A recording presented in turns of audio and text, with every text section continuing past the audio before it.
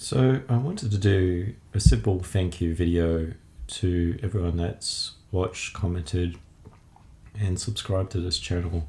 I did a video called Living with CPTSD, and as I said in the video, something that I had not considered to do before until just once again, like with many of my videos, just sitting down, pressing record and speaking from experience or just things that I think about during my day. And definitely in my experience has been living with CPTSD or the effects of CPTSD. And everyone, when I did, strangely when I did release that video, I was going to a counseling session, and like I just mentioned that I'd released a video, and I saw the people viewing it. I thought, okay, well, it is what it is. I think it's just I didn't dismiss it, but I did kind of think it was odd. It's like, okay, well, people are looking at this video, and more people started to look at that video, and more people started to resonate with that video or find parts of my experience that they identified with. And I think probably the most touching thing is people started to share their experiences or share how similar people's experiences is who have looked to online for guidance, for help, different YouTube people. And it's interesting how separate we are, but how similar we are at the same time, of valuing ourselves and knowing that the experience is not us, and we're trying to find those parts of ourselves again that experience that trauma that just wasn't right.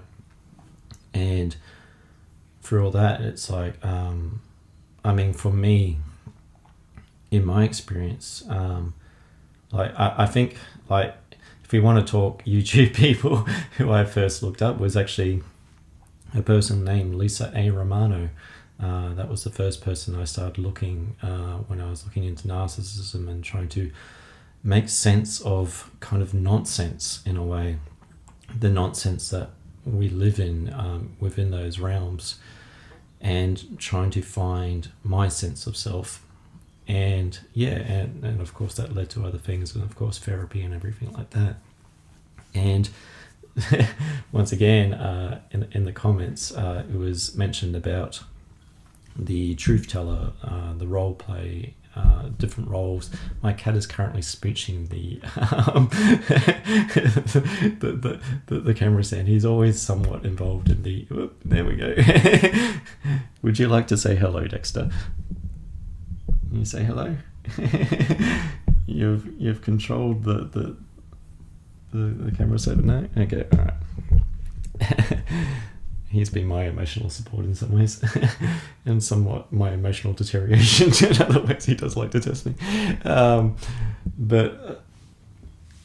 It's interesting because, there was the role of the truth teller, all these different roles, similar to the golden child. There's all these different roles, and when I first heard about that was once again through YouTube. Although in counseling sessions and all that, there was that narrative that was starting to come up of kind of telling the truth and thinking that it's going to help people, and it doesn't quite help people. It does the opposite, which has been quite a common thread throughout my life. I can point to many different examples.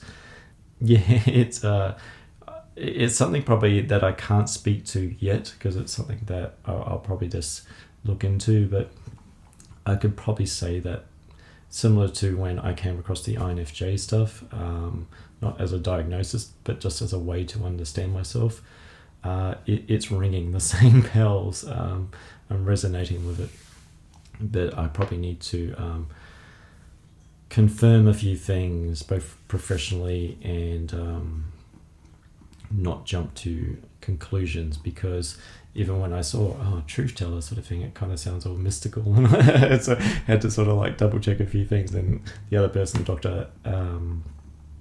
Ramani, hopefully I said that right, another person, and both Lisa A. Romano and Dr. Romani were speaking about the truth teller. So it's a thing, and it's a thing I resonate with a bit, but that's beside the point, which I tend to do quite a bit. I just wanted to say a huge thank you to everyone that's connected, to everyone that's been in the chats, helping each other, sharing their resources, sharing their support, not just to me, but to others. The realism in it's just not like, well, now I'm healed sort of thing. It's an ongoing journey sometimes. There is, as I said in the video, it's very healed moments, months of it, and very non-healed moments. Like currently I'm wearing, this is actually the thermal jumper sort of thing, and it's actually summer right now in Brisbane, but I wear this for a reason, because it's actually quite tight. It kind of feels like a hug in a way. And I think the reason I go on that tangent is everything that I see in the chats, everything that everyone's saying, with trauma, like I can talk about all my different experiences as a way of trying to get validation, as a way to get understanding of my experiences, but I can't in a way share my experiences in a way that gains understanding. It can gain a resonating with other people's experience, and similar how we're all trying to find, but to understand an experience is to be in that experience, to fully encapsulate that experience, which I kind of don't want to wish on anyone. And I also don't want to wish making choices as far as like going no contact. I don't wish that choice on anyone. But it's kind of, rather than trying to get an understanding from another person from my experience, sometimes it's merely just holding space, like a cup sort of thing, holding space for that person, or like with holding like a hug sort of thing, or like with this sort of thing, it feels like it's hugging me. It's full of not hairballs from the cat and all that, but it's not perfect, but it does the job. And I think everyone that's probably heard my story, I just want to say thank you for holding that space for my words, and resonating with that and sharing your own experiences in that. And I don't have the answers, and some of the other video, I don't have the best advice, but I think with everything, sorry to use this as another metaphor, this is not held together by one single thread. It only works by every thread being connected together to form something. And in doing that, it's not reliant or dependent upon one voice. There's many different voices with a lot of different experiences. And thank you all for resonating with that and sharing your experiences and helping with other people. Of course, a YouTube chat section or comment section is not therapy in a way, and I do my best to reply to everyone, but there's sometimes that where like even now, like I'm tired sort of thing. This is kind of why we have this video at the end of a work day, good work day, but a tiring work day. But yeah, I think I'll end this now because I'm starting to ramble, as I also tend to do. So thank you to everyone that has watched that video, has interacted with that video, has found some part of that hopefully maybe the step towards a healing journey, or an affirmation on that, or merely just something that is familiar in that. And I guess with everything with change, it's something that's personal to oneself, and when that begins and how that begins and how long that takes is personal to the person.